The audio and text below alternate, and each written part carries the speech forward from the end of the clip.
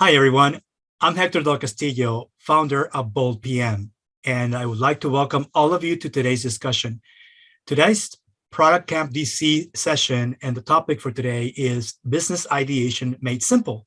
And we will be discussing specifically why most organizations today are focused on growth and what that means, and why are they assigning some of their senior product teams to actually come up with new products and new business models so they can continue to expand the growth that they're looking to achieve in this year.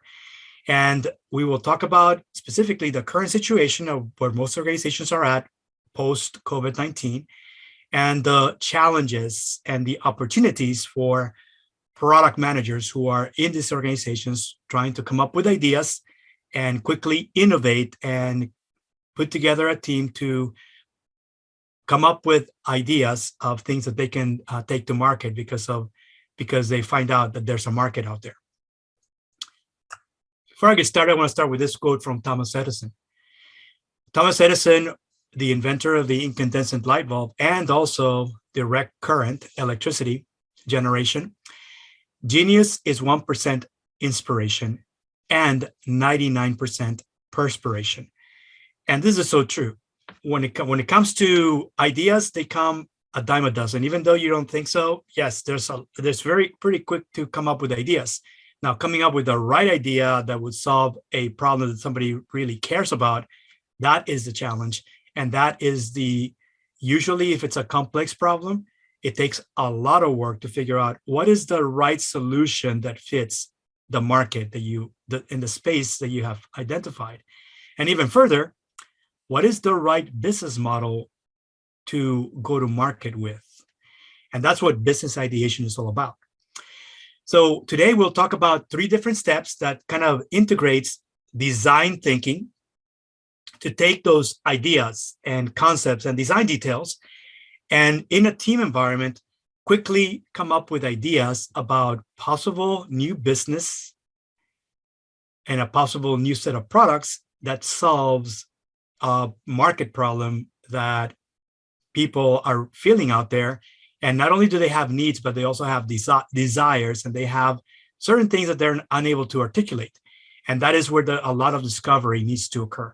So business ideation is specifically the process by which you put together a team and follow a creative process of which you're not only generating ideas, you're also coming up with identification of problems and coming up with possible solutions that would fit, and then figure out from there what is the right combination of the problem, proposed solution space, and the right business model that will end up with a product and a business that is desirable by customers, is feasible because you guys can execute the majority of that with maybe a few partners and suppliers, and maybe even distribution channels as well, existing distribution channels.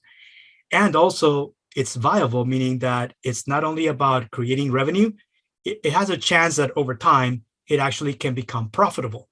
And that is what business ideation is all about, is coming up with those ideas and design details, concepts, and then gathering them, and then making sure that you're vetting them somehow and validating them against your prospects so that you can have a high level of confidence that by the end of the day, not only are you able to execute on any product design and development that needs to be done, but also a different team can start building the right structure for your new business model that you must have before the product goes to market.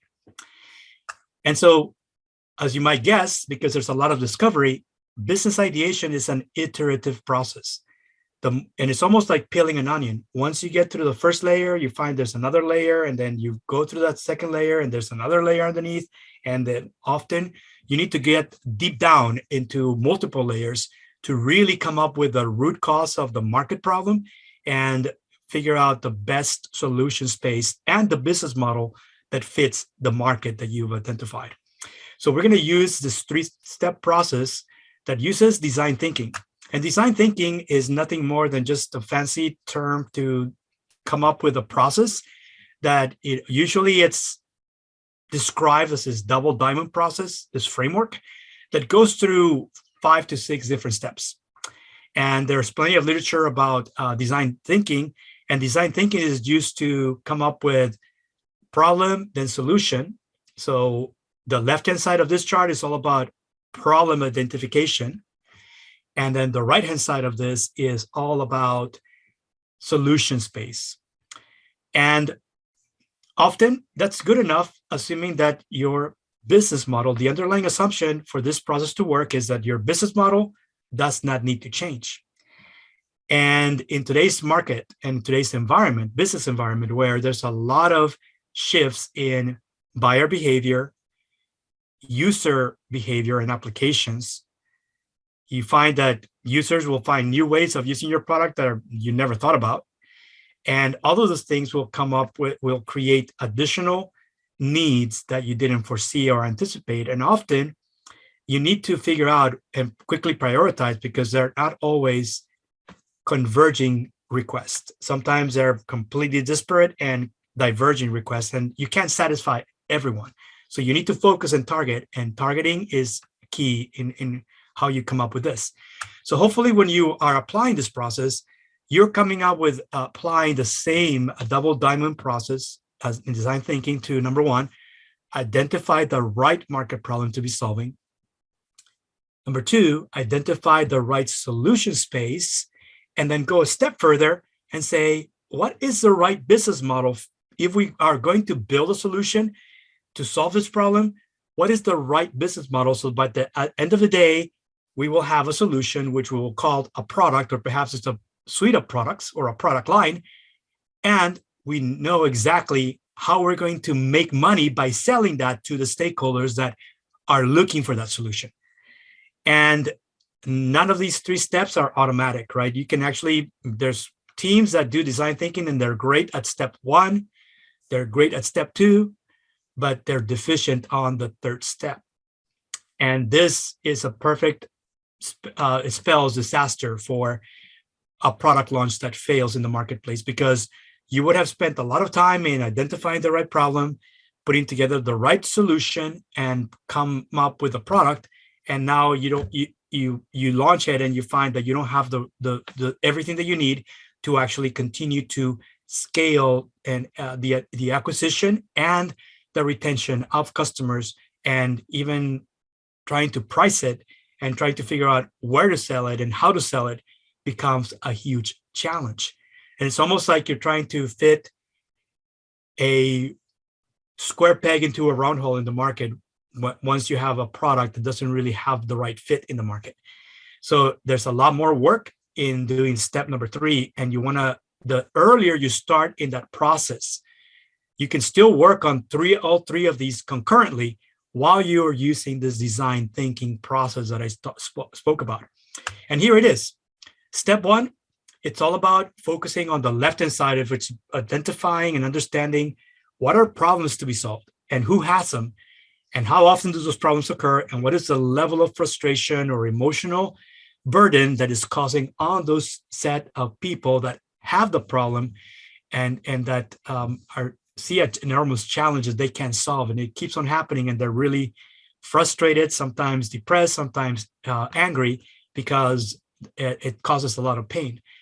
And figuring out from there, exactly what that problem is and being able to enunciate the problem is what that left diamond is all about. You move on to the right-hand side of this, and now it's about figuring out what are the constraints to the right solution, and what does that solution space look like? What would it feel like? How can you package that? And how can you even go further without even getting into any design and development? How can you validate whether or not that solution actually satisfies or would satisfy the people that are encountering the problem today? And then the 3rd step, as you're iterating between the left side and the right-hand side, because as you're finding out and discovering new information, you're adding to the problem, you're adding to the solution space, but you're also now ideating and defining what is the right business model to go to market with. So all 3 steps can be done using the same approach, And there's a lot of iteration between all three steps. And any of this entails that the first half is you have to do divergent thinking, and then you converge on a specific problem. You diverge to think about all the possible solutions, all the different ways to solve the problem, and then you converge on a few, and then you validate those few against the people that have the problem and figure out whether or not it's going to hit the mark. And you can do this when all you have is ideas, concepts, and what I would call mock-ups, which are non-functional prototypes. So what is a non-functional prototype? Well, a story, or it could be a set of stories, or it could be a storyboard, or it could be a sketch, not a painting, a sketch. It could be a pencil in or charcoal sketch. It doesn't have to be high definition. Just give a high level, rough idea of what is the problem, and then what is the proposed solution, and you test those ideas against the people that have the problem. So brainstorming is huge. And part of brainstorming is that what I found in my experience when I've been involved in organizations, and this occurs even when there's product managers in place, they start talking about some idea that came out of Jira, and everybody starts, either giving their opinion right away, bad idea, good idea, all based on their own judgment. And so what's key and critical for successful brainstorming is to withhold judgment and being able to just be open to just collect ideas, and don't even try to label them bad or good, just collect them and then use the wisdom of the team to create clusters. And that is the brainstorming process. And there are two different ways of brainstorming. You can do individual brainstorming, or you can do group brainstorming. Effective design thinking requires both, not one or the other. You need to do both. And so there's a piece that, you, along with everybody else, will do your own brainstorming on your own. Make sure you bring those things to a group brainstorming session. And in the group brainstorming session, you will expand, because as you start, everybody gathers all their ideas together. The entire team starts organizing those ideas into clusters, which are called themes. And that can be done over time. And a perfect tool, I'm going to be talking about a few tools. And by the way, I will be giving away some of these tools these are visual tools. I'll be giving away a toolkit. If you're interested, it'll be available from the post-event page that will be set up after today's live session. So the first is called a blank canvas. And the blank canvas, you can actually take, you can call it a whiteboard or a wall. I mean, you can use this or any of those things. The whole thing about using something like this is you want to capture it in a digital way, so that you can then put ideas in an unorganized way, like it is shown here on the left-hand side. And then after you move into a group brainstorming, before you wrap up that group brainstorming session, you will now get the team to start creating the clusters, which are themes, and then start relating those themes into, which ones of these are about defining the problem, and which ones of these are about coming up with viable, feasible solutions, and what are the constraints to those solutions based on the people that you're researching and studying. And that's the blank canvas approach. And that's how you would use this for brainstorming purposes. And you can actually collect this and take a picture of it. And now you can have version control, because you might have multiple brainstorming sessions and you might have multiple canvases, all with different ideas over time, and then themes that now you're going to be continuing to test further into once you get to the right-hand side of this double diamond process. So let me pause here and say, many of you who may be thinking about, starting up a new business, and you might be stuck because you're on your own and you don't have a team yet, you're trying to build a team. Here's some ideas as to, what I do is I figure out, okay, what's trending right now? And what are people talking about that is going to be trending for the next few years? Well, here's a source. Business Management Degree is a website, and every year they publish the top best business ideas to own. So you're going to be doing an MBA, you want to become an entrepreneur, you're going to be an owner or a founder of a company. And these are the things that are trending right now for 2022. Now you think about it, it's like, is this real? Well, what's one of the biggest winners post COVID-19? Because we couldn't go to the store to buy things that we need, and we were buying from Amazon, right? And Amazon, and there's lots of other e-commerce websites where we can go and buy things that we can get it delivered at home. And e-commerce distribution platforms are going to be needed because there are many mid-sized and smaller businesses that are trying to create this e-commerce piece to their business that they've never had before. And they need someone to just create a platform that allows them to put their products on that and put their brand on their website, so they can have an integrated shopping cart and everything on the back end, so that once an order is placed, they can fulfill that order and then deliver it on time. That e-commerce distribution platform is a no-code platforms that are out there, allowing mid-market and smaller businesses to put very quickly e-commerce solutions for their products, when their website right now is pretty much an older style website that doesn't have any e-commerce capabilities. So there are vendors that are creating platforms for all of these businesses of all shapes and sizes. And there's a lot of businesses that are still struggling to figure out how to keep up with Amazon.com and other e-commerce websites that already have pretty high volumes today. And on the other hand, outsourcing the fulfillment side and the distribution delivery of those things that you sell online is another set of businesses, because many of these businesses don't have enough demand on their products to be able to bear the cost of doing it on their own. And they're probably more likely to outsource it to somebody who will do that, so that basically all they do is they take in the orders, and now they're ready to package it, ship it, and make sure that it's delivered, and that a way to track and provide those tracking solutions when these are all third-party organizations doing all of this work. And that's a different type of business. That's number two. These are all things.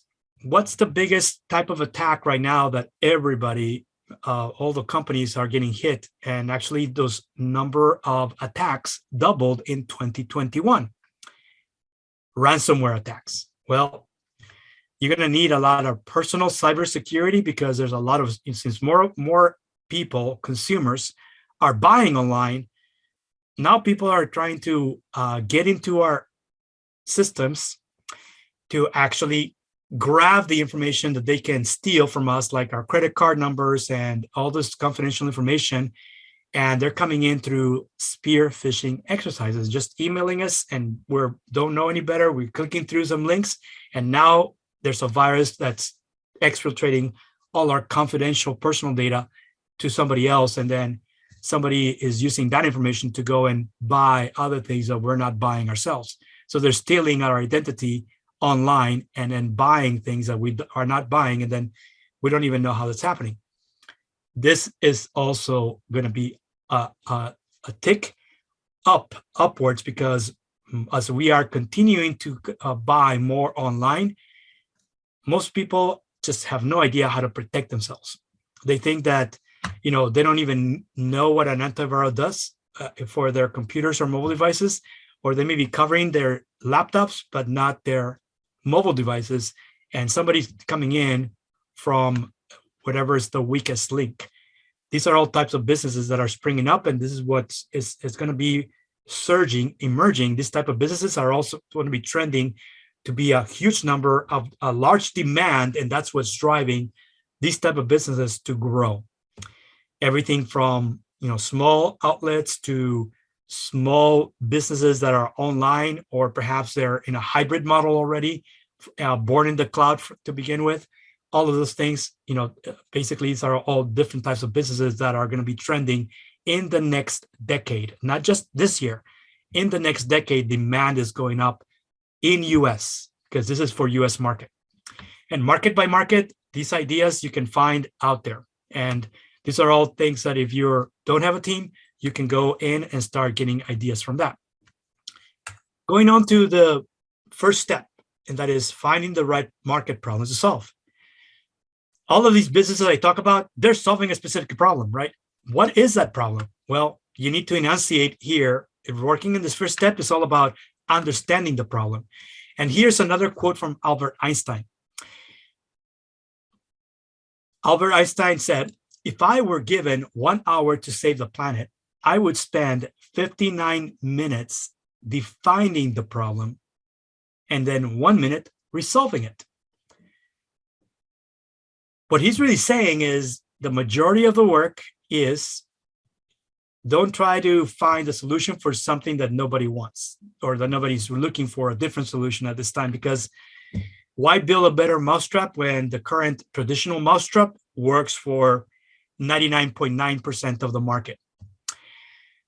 You want to make sure that whatever you're working for, there's a need, a real need, and that is not just one, but a large enough group of potential customers that even if you sell to a small fraction of that, you can drive that product, whatever your solution you're creating over time, you're going to create profitability, not just revenue, profitability, meaning you're going to get a large return on your investment of whatever it takes to actually design, build, and distribute and deliver that product to those set of stakeholders that have the problem that needs to be solved. And so it's key that you're not, as a product manager, you're not just working on solving problems. You're working on identifying the right market problems for your teams to be solving, and make sure that it's clear to everyone that whatever is being done is not just for the next 6 months, that whatever work you're going to do for the next 6 to 18 months is going to have a market for a few years, if not decades. And that's what this is all about, trying to figure out what are those problems that are so complex and so large that they're so hard to solve, that now you can start figuring out how to solve those type of problems. And here's your 4-step process that you can actually use on that left-hand side diamond that I spoke about. Step 1, establish the need for a solution. Make sure you talk to people and say, why do you need a solution? And why is this problem happening? And why can you solve it with what's out there today? All these things are key to understand. Is there a need for a solution? Is there a need for a different solution than whatever's available currently in the market? And is this an opportunity for your team to come up with a way to solve the problem? Number 2, justify the need, meaning now you're going to make sure that you talk to not only the people having the problem, but everybody else around them that they're working alongside, and say, is this really a need? And make sure that it's clear that, yes, this is a need and somebody needs to solve that before you move on. Then you create the context of the problem. What is going on and where are you? And, how often does it happen? And what is the level of pain point? And who gets involved in trying to do mitigation whenever the problem occurs? All these things are the things that you're going to be saving time, effort, money, that if you solve the problem, you're eliminating the need to do any of that. And then finally, write the problem statement down. Make sure that the problem is clearly enunciated in a concise statement called the problem statement. And that's the 4th step. And you're answering in the problem space. Your problem statement answers all of these questions. And it's clear as to what is the problem, who has the problem, how many people are facing that problem, what are the demographics of those target users, and how are they dealing with the problem currently, and what tools or features those particular people that are impacted by the problem wish they would have today. That's all part of the problem statement. And then you can also use a different tool called the problem statement canvas to help you ensure that you're answering all of these questions as part of your problem statement and as part of problem definition. This particular tool I found, and it's available on the internet. It's actually available in a blog, and you can find it. Actually, in my post-event link, you will find a link where you can actually find the entire blog entry to this because it's available. I just put it here and referenced it. So it's got these quadrants and defines 7 different things about the problem itself. And in here, it's contained the trigger, what triggers the problem, what is the window of opportunity, what is the motivation of the people that have the problem, and what is the impact on those people and everybody else they work with. Proof that they do have a problem and it's not solved by any solutions that are out there today. And then looking at what do you need to build, embed into the solution to ensure that you have a unique competitive advantage, and define the opportunity, because these opportunities, these problems are not always going to be permanent there. Somebody else is going to jump in, or assume that somebody else is already trying to figure out what is the best way to solve the problem. And so you've got to move on towards problem solution space once you understand the problem. And here's just an example out of the same blog entry of how to use this particular statement. And once you fill this, here's the sample problem statement that comes up.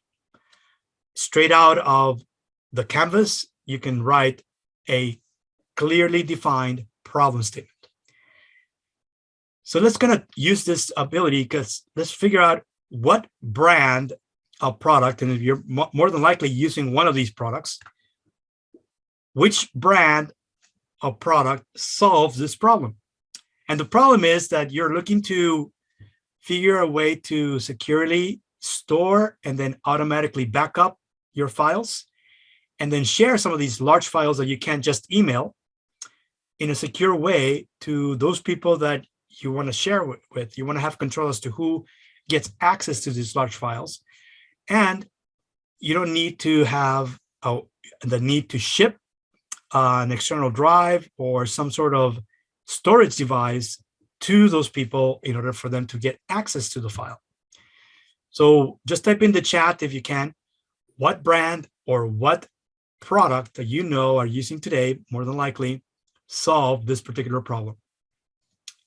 Just see if you can type it in the chat and see what, if you can guess what that is. So I see one of you saying Dropbox. Yes, you're right. That's one. There's actually a couple of different products that are actually competing in the market that actually have been around the longest, but Dropbox and Box are the type of solutions that actually are solving this particular problem. And they're both right now leading in different spaces. Dropbox is leading really more with consumers and small business owners or small businesses, whereas Box is really more of an enterprise level solution for large enterprise and priced accordingly. So they're sort of taking a different approach to solving the same problem and under a different brand name and different price points. Moving on to number 2. Step number 2 is about, once you understand the problem, now you're moving on to the right-hand side of the right-hand side diamond, which is about finding the right solution. And that solution space should answer all of these questions. What do the users dislike about the solution? What do they like and what do they dislike? It's just as important to find what they like as it is what they don't like. So you make sure you stay away from that, because those are constraints that you need to not even consider as part of your solution. Who else has already solved the same problem? Are there any other competitors already in market solving the problem, or that have, are stating that they have already solved the problem somehow? And how will your users actually use the product, and how can you encourage them to use it even more often? And why is it so hard for somebody to come up with the right solution? Is it even feasible? Will your customers use your product at the end of the day? And what do you need to do to make it highly desirable by your users, your target users? These are all things that you want to be able to have clarity on before, because having clarity will ensure that as you're building the product, you can also start marketing and pitching your product even before you begin designing it by simply testing and validating the unique value proposition. That is the promise of whatever you're going to be delivering based on what's happening, and that make sure that whatever that value proposition you come up with is unique to you, because none of the current competitors or anybody else in market have that same value proposition today. They're unable to deliver the same value proposition to those prospects that are going to be your target customers once you begin designing the product. And what this really means is that by following this process and basically iterating between the left-hand side and the right-hand side, between the market, the problem space and the solution space over time, and validating both the problem and the solution with your target stakeholders, you're going to actually start empathizing and understanding them deeper. And the more research that you do when you're in the concept stage, number one, it's easier to do.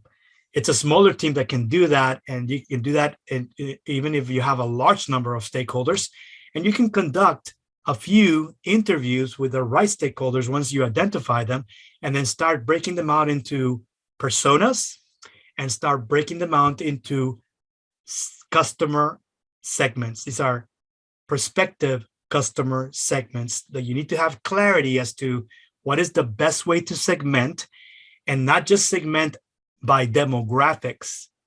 You want to segment by psychographic behavior. Understand buyer behavior, because even though there may be different groups of customers that have the problem, they're not all going to buy in the same place. They're not going to buy it as often as the velocity of sales between group one and another group is going to be different.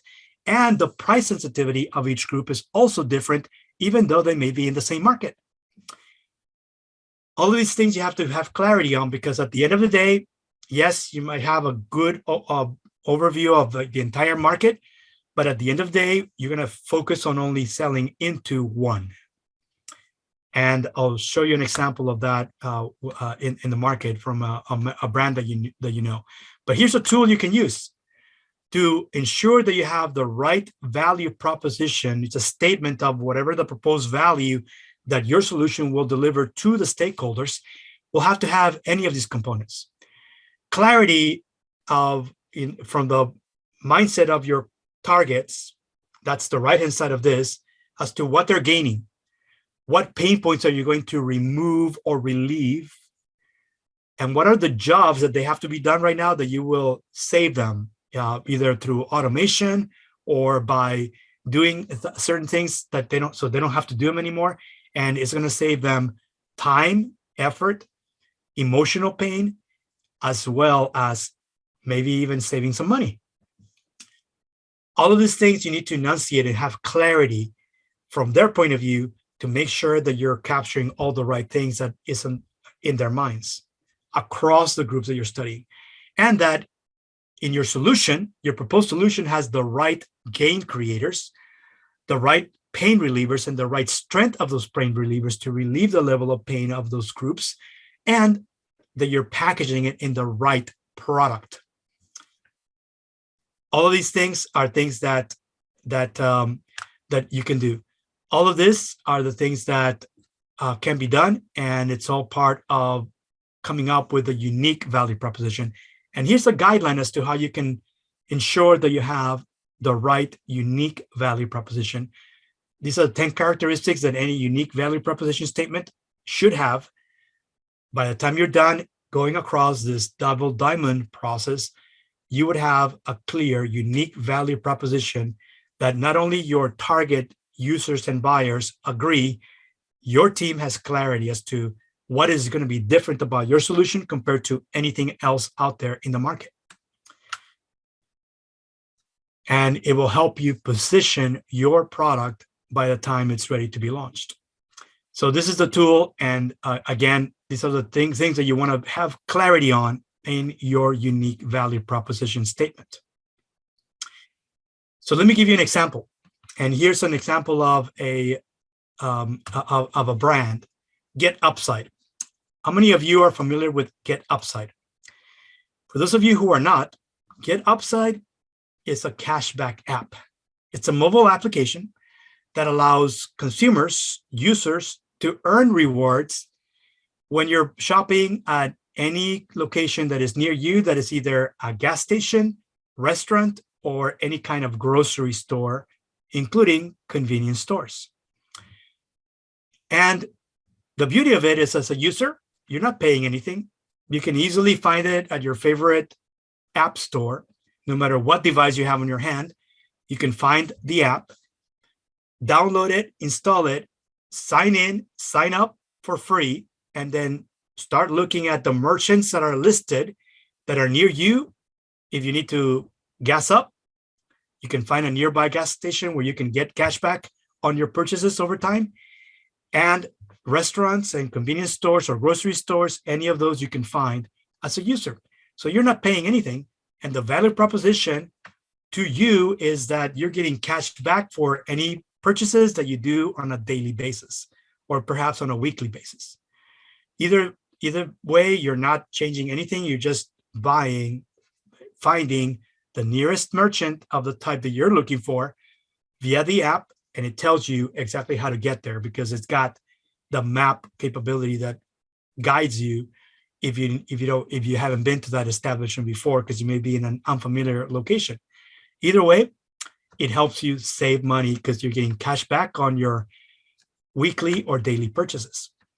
Well, what is the value proposition to the merchants?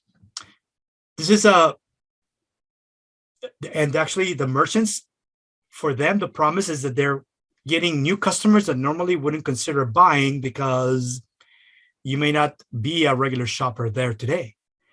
And because this is a location-based app, so that it basically, based on your location, you're looking for a grocery store in an unfamiliar location, and it tells you where you can get cash back, and that will drive those buyers into something new that they're not necessarily familiar with, and they're just looking for, something that they typically buy on a daily basis or a weekly basis, like the stuff we buy at grocery stores, or even just look for something for lunch or for breakfast or dinner if we're doing takeout kind of thing.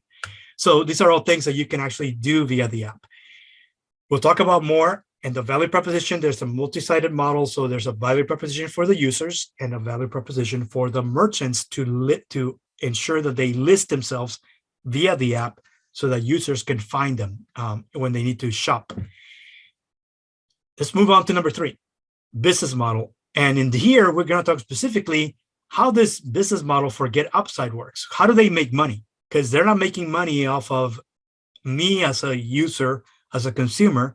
As a matter of fact, I'm getting money back from them. So I love them, right? I'm not paying anything to have them on my phone, but they're, and I'm getting money back no matter what I purchase via the app. So the right business model is what you want to have. And this is where you want to go to that third step, as you have now gone through maybe at least one iteration of understanding the problem and the solution. Now you're developing ideas and concepts about what your business model should look like. And a business model is just a fancy phrase for saying, how are we going to make money off of this? What is the product? How are we going to price it? How are we going to package it so make it tangible, even though it may be services that we're delivering? And how do we price those and, to make sure that it's clear to our targets why they need to buy us instead of somebody else? And that's part of the business model approaches to answer all of these questions in this third step. And one type of example we can use in here is to use the business model canvas, which is another tool that has been around for some time now. I think it's been around for about a decade now. Around 2008, a publication came out from Strategizer, the principles of Strategizer, and they're now a consulting firm that actually trains people and coaches them on how to use this tool, where there's a whole publication around that. And the business model entails 9 different quadrants in this case. Not only your value proposition, which you should already have if you use the previous canvas that I spoke about, but now you're mapping value propositions for specific customer segments, which are on the right-hand side of this, and then establish from there, what are the marketing channels that you're going to be using to reach out to those customers? What are your distribution channels, outlets, referral partners that are helping you sell into those segments in the market that where you want to operate? And how are you going to establish relationships with those customer segments, even as a new brand?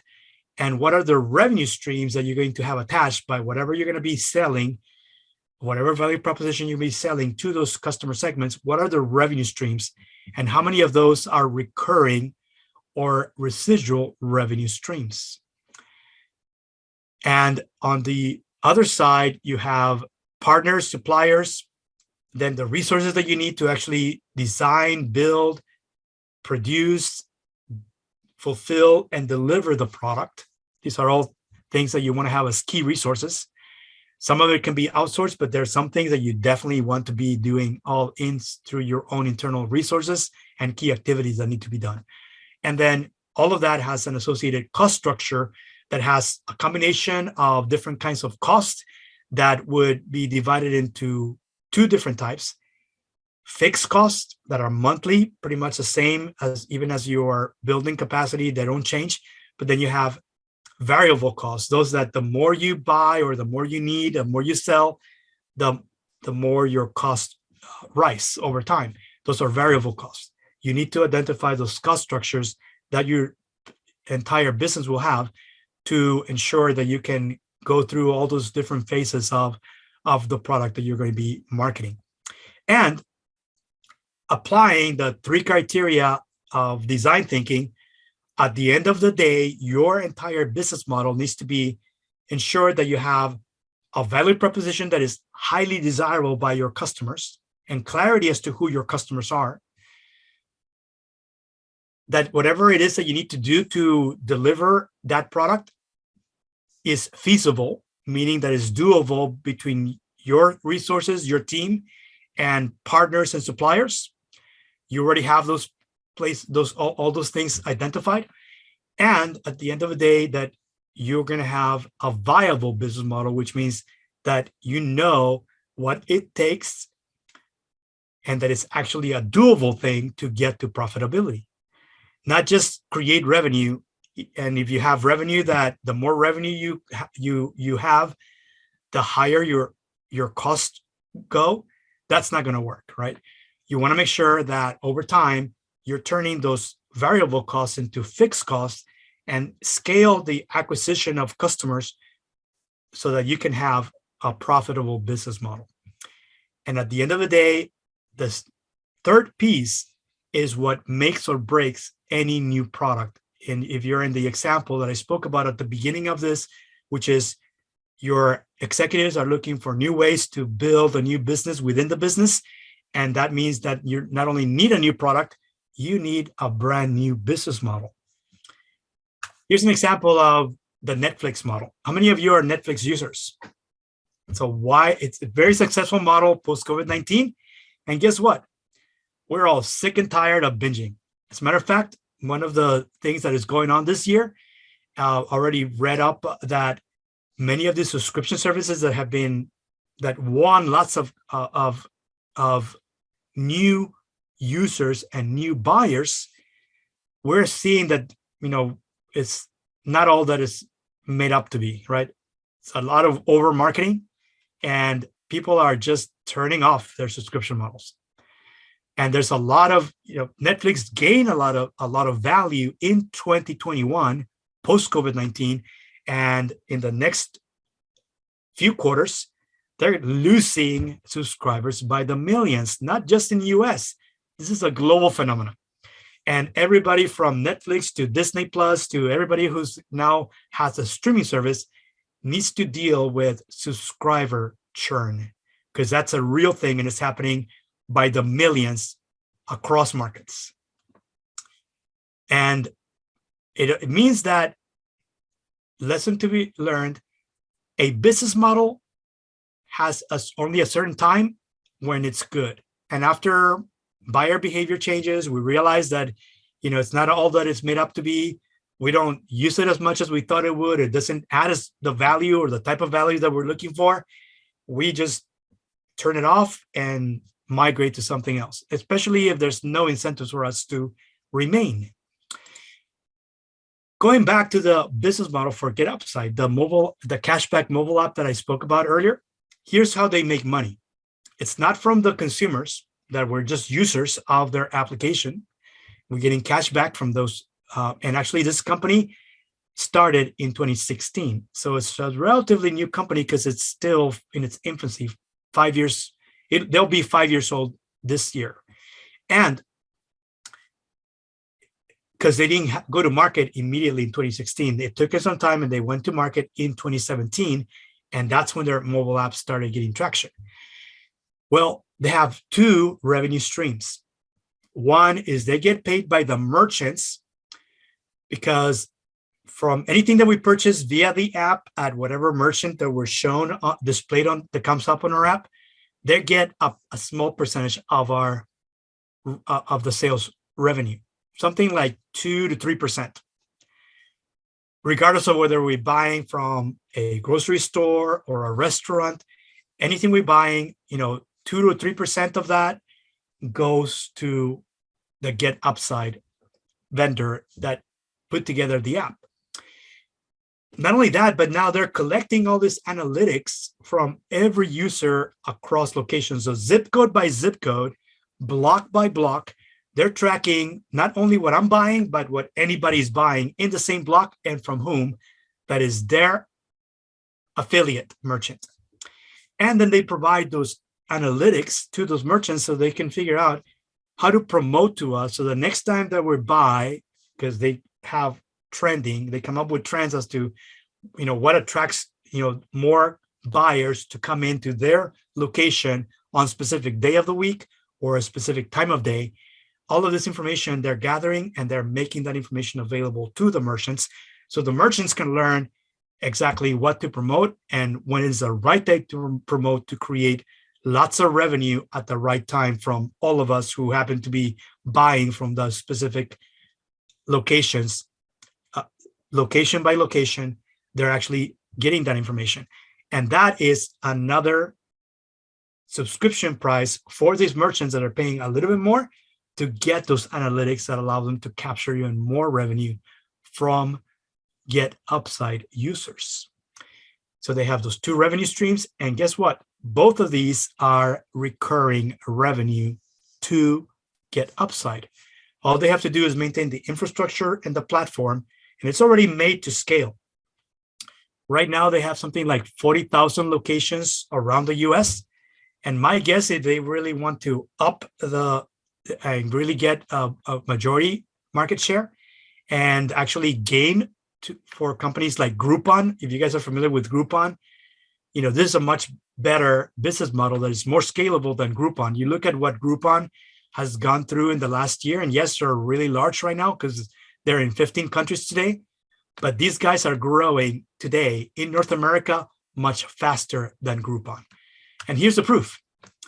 I just looked up and I found this Statista graph as to the fastest growing tech companies in North America in 2021. And guess what? Get Upside is number 2 in US. They grew year-to-year growth rate in 2021 was over 60% growth rate. So even though it's a cashback app, they're beginning not only lots of users to just start using it, but they're actually need to pump up the number of merchants. And with only 40,000 in US today, my estimate is that they need to go to probably about triple or quadruple that amount in order for them to just get lots of more recurring revenue from any small business that is near at any time within a 1 mile radius or half a mile radius from where I am, no matter what day of the week or location I'm in. As I'm moving around in whatever I do, and for me to find some outlet that is an affiliated merchant on the app, they need to have lots of more locations, because there's certainly a lot more than that in throughout any location, especially in metropolitan areas. So this is just kind of proof that right now GetUpside is growing faster than its biggest competitor, and they're a very nimble company because they're just still a small business and a very agile, nimble, and practicing lean agile development to continue building the number of merchants that are listed on their app, and scaling the number of users that are using the app as well. So we went over those 3 steps in summary: using design thinking to understand the right problem to solve, the right solution that fits the market, and then finding the right business model. And make sure you understand expiration dates on your business models, because the more competition and the more type of businesses that try to work on the solution to the same problem, that business model is only going to be good for maybe a few years. And you need to figure out how to not only get to revenue quickly, but how to actually get to profitability before your business model needs to continue to change or be updated over time. So that's business ideation for you. And wrapping up and getting into Q&A, I wanted to tell you, if you're interested in getting more ideas about product management, reach out to me. This is what I focus on. Also, if you're interested in live online workshops, training to learn some of these practices and getting deeper, taking a deeper dive into these practices that I speak about, be sure to reach out, because we have live online workshops coming up later this year, and they're all going to be listed at the URL at the bottom of this page. For more information, reach out to me, because that information will be available, and we're actually adding courses that are bite-sized type of courses, and you can attend the live as well as you get the recordings, so you can come back and review in case you want to start practicing some of these things within the teams within your organization to try to help you achieve more of what you're being asked for, when this is something where you have not so much a lot of experience, but you want to grow that expertise and build that within your organization. So with that, here's my contact information. And Steve, I wasn't really sure if there's any comments. Yeah, we had a question in the queue there of talking about the one-page business model canvas. Curious if what experience you have with leadership teams embracing the one-page idea, as opposed to, I want full 3 to 5 year financial analysis, etc. So that was the question. So I would say that depends on the industry you're in, right? There are some B2B, some what I would call deep B2B that are part of a very evolved business ecosystem, which has extensive supply chain, right? When you have, different types of suppliers, like automotive, for example, is one perfect example. There's lots of different suppliers to suppliers, and everything from a microchip, production of one type of microchip, to putting it on a component, and then integration of that component into a much larger structure that now ends up being part of a seatbelt mechanism in a vehicle, right? These are all, these are the kinds of things that, yes, you probably will need more elaborate than a one-pager. But if you're a mid-market company, or even a startup, or you're in the process of, you're a larger organization trying to become more nimble, you need to get away from the bureaucracy of having a 100-page business case, because it takes a lot of time and effort. And at the end of the day, if it's shut down, that's all wasted effort of a team that, put in months of effort to just present the idea, when at the end of the day, your executives may be shutting it down. This type of process is made in such a way that if they want more details, you at least know that, yeah, you're in the ballpark, right? You understand that the market problem, the people who have that market problem that you've identified is large enough. You may have a variety of things that you could implement as solution space. And over time, now you're narrowing it down into doing a lot of A/B testing as to which is the better solution that would work in that market. And then the business case becomes more detailed once you begin doing that A/B testing of the best solution that fits that market. But to begin the process of just discovery, a one-pager is more than enough, even for a larger company, because nobody wants to be writing or taking the time to write a large document that at the end of the day, the likelihood of it being shut down is more like 90% that it Right. won't make it past a certain, point. Yeah, that reminds me of a few years ago, the president said to, this assembly of people, if you've got a great idea, tell a product manager and they'll do a business case. And my developer leaned over to me and said, you guys are never going to see the light of day at this point, because you're going to be spending all of your time writing business cases. And for that matter, if you're bothering me at all, I'm going to come up with an idea. So you have to go off and write a business case. And, it was just like a ridiculous level of precision on something that was not necessarily a good idea.